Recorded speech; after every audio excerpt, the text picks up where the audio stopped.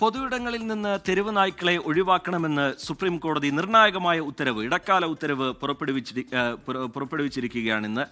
സർക്കാർ ഓഫീസുകൾ, വിദ്യാഭ്യാസ സ്ഥാപനങ്ങൾ, ബസ് സ്റ്റാൻഡുകൾ, ആശുപത്രികൾ, റെയിൽവേ സ്റ്റേഷനുകൾ തുടങ്ങിയ സ്ഥലങ്ങളിൽ നിന്ന് തെരുവ് നായ്ക്കളെ പിടികൂടണം എന്നുള്ള നിർദ്ദേശമാണ് കോടതിയുടെ ഭാഗത്തു നിന്ന് ഉണ്ടാവുന്നത്. തെരുവുനായ ആക്രമണവുമായി ബന്ധപ്പെട്ട വിവിധ വിഷയങ്ങൾ കോടതിയുടെ പരിഗണനയിലേക്ക് വന്നിരുന്നു. നേരത്തെ തന്നെ നമ്മൾ അതിൽ സർക്കാരുകൾക്കെതിരെയൊക്കെ അതിരൂക്ഷമായ വിമർശനം റിപ്പോർട്ട് സമർപ്പിക്കാത്തതിലൊക്കെ കോടതിയുടെ ഭാഗത്തു നിന്നുണ്ടാവുന്നത് നമ്മൾ കണ്ടതാണ്. ഗൗരവമുള്ള വിഷയമാണിതെന്നും രാജ്യത്തിന് തന്നെ ഈ മറ്റ് രാജ്യങ്ങളിലൊക്കെ സാഹചര്യം പരിശോധിക്കുമ്പോൾ രാജ്യത്തിന് തന്നെ അപമാനമുണ്ടാകുന്ന തരത്തിലുള്ള സംഭവ വികാസങ്ങളാണ് നമ്മുടെ നാട്ടിൽ നടക്കുന്നതെന്നൊക്കെ നേരത്തെ കോടതി ചൂണ്ടിക്കാട്ടുന്നത് നമ്മൾ കണ്ടിരുന്നു. അതിന് പിന്നാലെ ഒരു കർശനമായ നിലപാട് സുപ്രീം കോടതി ഈ വിഷയത്തിൽ സ്വീകരിക്കുന്നു എന്നുള്ളതാണ് പ്രധാനം. പിടികൂടുന്ന തെരുവ് നായ്ക്കളെ വന്ധ്യംകരിച്ച ശേഷം അതേ സ്ഥലത്ത് തുറന്നു വിടരുത് എന്ന നിർദ്ദേശം കോടതിയിൽ നിന്നുണ്ടാവുകയാണ്. ഇവയെ വന്ധ്യംകരിച്ച ശേഷം ഷെൽട്ടർ ഹോമിലേക്ക് മാറ്റണം എന്നുള്ളതാണ് കോടതി നിർദ്ദേശിച്ചിരിക്കുന്നത്. തെരുവ് നായ്ക്കളെ പിടികൂടേണ്ടതിന്റെ ഉത്തരവാദിത്വം തദ്ദേശ സ്വയംഭരണ സ്ഥാപനങ്ങൾക്കായിരിക്കും. വീഴ്ച വരുത്തിയാൽ ഉദ്യോഗസ്ഥർക്കെതിരെ കർശനമായ നടപടി ഉണ്ടാകുമെന്ന് കോടതി മുന്നറിയിപ്പ് നൽകുകയാണ്.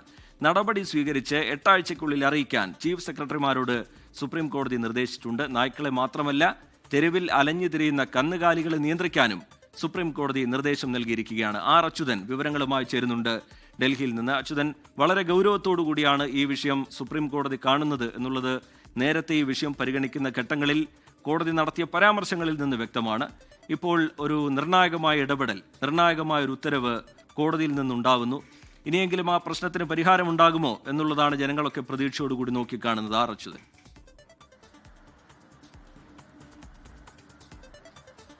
റിജിത്ത്, തെരുവുനായ ആക്രമണത്തിൽ അതിയായ ആശങ്കയാണ് സുപ്രീം കോടതി രേഖപ്പെടുത്തിയത്. അതിനെ തുടർന്നായിരുന്നു ഈ വിഷയത്തിൽ സ്വമേധയാ സുപ്രീം കോടതി ഒരു കേസ് എടുക്കുന്നത്.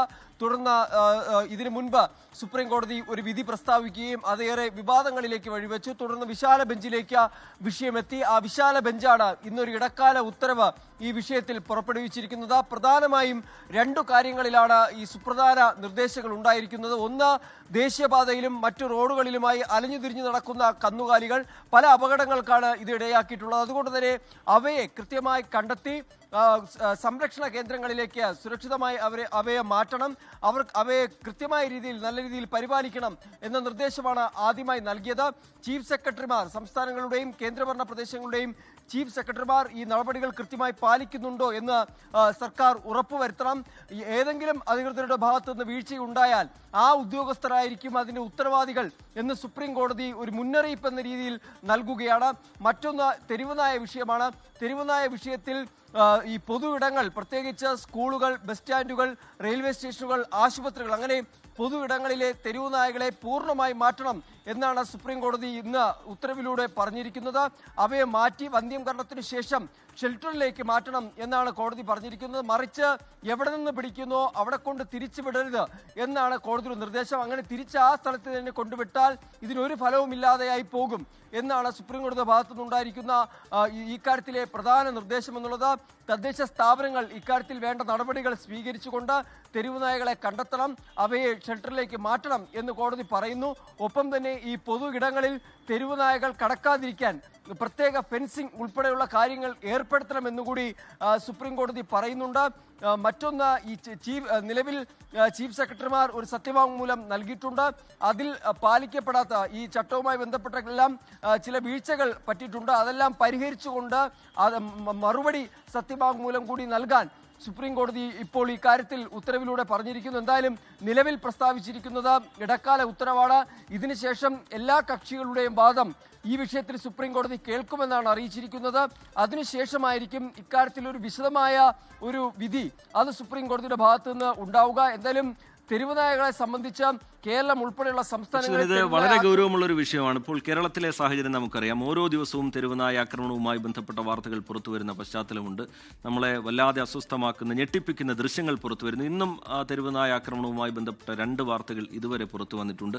ഡൽഹിയിലെ സാഹചര്യം നമുക്കറിയാം, മറ്റ് സംസ്ഥാനങ്ങളിലെ സാഹചര്യം നമുക്കറിയാം. അതുകൊണ്ട് തന്നെ വിശാലാർത്ഥത്തിൽ ഒരു പരിഹാരം വേണ്ട വിഷയമാണ്. അതിനൊരു പരിഹാരം കാണുന്ന ഘട്ടത്തിൽ തന്നെ പല തടസ്സങ്ങളും കേന്ദ്ര ചട്ടങ്ങളുമായി ബന്ധപ്പെട്ട് ഇതിന്റെ നടപടികൾ മുന്നോട്ട് കൊണ്ടുപോകുന്നതിലുള്ള അപര്യാപ്തതയുമായി ബന്ധപ്പെട്ടൊക്കെ പലതരത്തിലുള്ള പ്രശ്നങ്ങളുണ്ട്. വിശാലാർത്ഥത്തിൽ നോക്കിക്കാണുകയും പരിഹരിക്കുകയും ചെയ്യേണ്ട ഒരു വിഷയമാണിത്. തുടർവാദങ്ങൾ ഇതുമായി ബന്ധപ്പെട്ട് കോടതിയിൽ നിന്നുണ്ടാകും എന്ന് തന്നെ നമ്മൾ കരുതേണ്ടത്. ഇതൊരു ഇടക്കാല ഉത്തരവാണ്. വിശദമായി ഈ വിഷയം കോടതിയുടെ പരിഗണനയിലേക്ക് വരികയും അതുവഴി ഒരു പരിഹാരമുണ്ടാകും എന്നും പ്രതീക്ഷിക്കാൻ കഴിയുമോ അച്യുതൻ?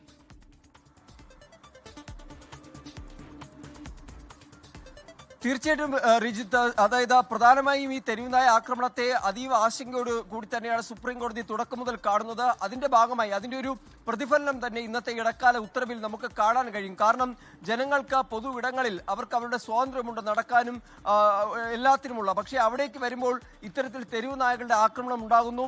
കൊച്ചു കുട്ടികളെ അടക്കം ഈ തെരുവുനായ ആക്രമിക്കുകയും പല കുട്ടികൾക്ക് ജീവൻ നഷ്ടമാകുന്ന സാഹചര്യങ്ങൾ ഉണ്ടായിട്ടുണ്ട്. കേരളത്തിലടക്കം അത് റിപ്പോർട്ട് ചെയ്തതാണ്.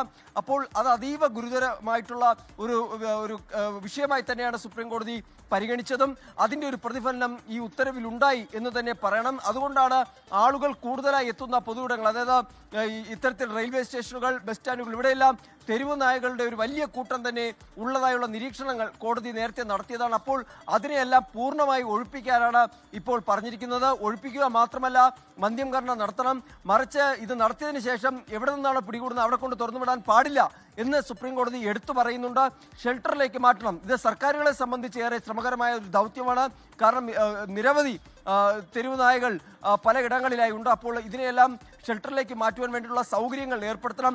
8 ആഴ്ചയ്ക്കുള്ളിൽ നടപടികൾ പൂർത്തിയാക്കണം എന്നാണ് സുപ്രീം കോടതി നൽകിയിരിക്കുന്നത്. അതൊരു ചുരുങ്ങിയ സമയമാണ്. അപ്പോൾ ഈ ചുരുങ്ങിയ സമയം കൊണ്ട് എല്ലാവരും കൈകോർത്തുകൊണ്ട് ഇതിൽ പ്രവർത്തിക്കുക എന്നൊരു സന്ദേശം കൂടിയാണ് ഇന്ന് സുപ്രീം കോടതിയുടെ ഭാഗത്തുനിന്ന് ഉണ്ടായിരിക്കുന്നത്. തദ്ദേശ സ്ഥാപനങ്ങൾ ഒപ്പം തന്നെ മറ്റ് മുനിസിപ്പാലിറ്റികൾ ഉൾപ്പെടെ ഇതിന്റെ ഒരു ഭാഗമായി കൊണ്ട് തന്നെ പ്രവർത്തിക്കണം.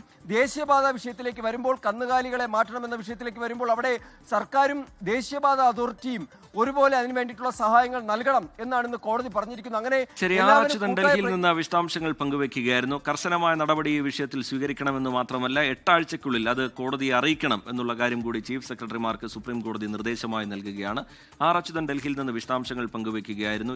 ലോകത്തെവിടെയായാലും ഏത് സമയത്തും 24 വാർത്തകളും ഓഗ്മെന്റഡ് റിയാലിറ്റി പാക്കേജുകളും എക്സ്പ്ലെയിനറുകളും വിശദമായി കാണാൻ ഞങ്ങളുടെ യൂട്യൂബ് ചാനൽ നിങ്ങൾക്ക് സബ്സ്ക്രൈബ് ചെയ്യാം.